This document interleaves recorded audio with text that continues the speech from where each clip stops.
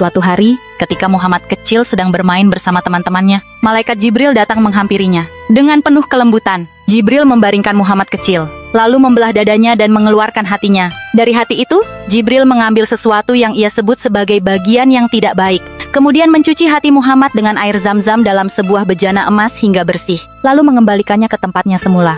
Momen itu berlalu begitu cepat. Anak-anak yang bermain bersamanya terkejut melihat kejadian itu, dan dalam kepanikan mereka berlari menemui ibu mereka sambil berteriak, "Muhammad dibunuh! Muhammad dibunuh!" Mereka segera kembali untuk memastikan dan mendapati Muhammad kecil dalam keadaan baik, meskipun wajahnya sedikit pucat. Peristiwa ini membuat Halimah, ibu susu Muhammad, merasa khawatir. Setelah mempertimbangkan keselamatan Muhammad, Halimah akhirnya memutuskan untuk mengembalikan beliau kepada ibunya di Mekkah, agar dapat hidup dalam pengawasan keluarganya. Setelah kembali ke pangkuan ibunya, Aminah binti Wahab, Muhammad kecil menjalani masa kanak-kanak yang penuh dengan kasih sayang. Ketika Muhammad berusia 6 tahun, ibunya membawa beliau dalam perjalanan ke Yatsrib, sekarang Madinah, untuk mengunjungi makam ayahnya, Abdullah, dan bertemu dengan keluarga besar dari pihak ibunya.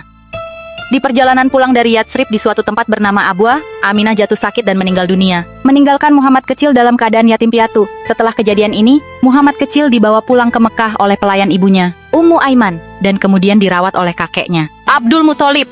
Abdul Muthalib sangat menyayangi Muhammad dan memberikan perhatian penuh kepadanya. Namun ketika Muhammad berusia 8 tahun, kakeknya juga meninggal dunia. Setelah itu, tanggung jawab merawat Muhammad jatuh kepada pamannya, Abu Thalib, yang merawatnya dengan penuh kasih sayang dan menjaga beliau seperti anaknya sendiri. Di bawah asuhan pamannya, Abu Thalib, Muhammad tumbuh menjadi pemuda yang jujur dan terpercaya, hingga dikenal masyarakat dengan sebutan Al-Amin, artinya yang terpercaya. Tak ada orang yang ragu dengan kejujurannya. Semua orang Quraisy merasa aman menitipkan harta dan urusan kepada beliau. Kita beruntung memiliki Muhammad. Beliau adalah pemuda yang tak pernah berbohong dan selalu menepati janji. Pada usia remaja, Muhammad mulai ikut berdagang bersama pamannya Abu Thalib. Ketika itu, Abu Thalib, yang dikenal sebagai salah satu pemuka Quraisy, memiliki keterbatasan ekonomi, namun tetap berusaha merawat keponakannya dengan sebaik mungkin. Menyadari hal ini, Muhammad yang memiliki semangat membantu, sering mendampingi pamannya dalam perjalanan dagang.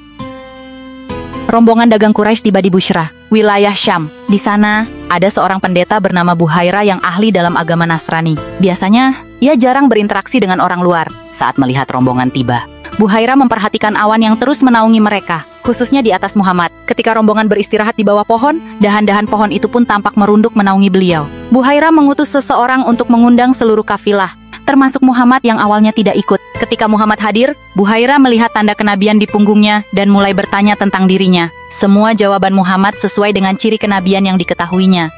Buhaira lalu mendekati Abu Thalib dan mengingatkan, "Jaga anak ini dan segera bawa dia pulang ke negerimu. Anak ini memiliki masa depan yang agung dan bisa menjadi sasaran keburukan jika diketahui banyak orang." Setelah urusan dagang selesai, Abu Thalib segera membawa Muhammad kembali ke Mekkah sesuai pesan Buhaira.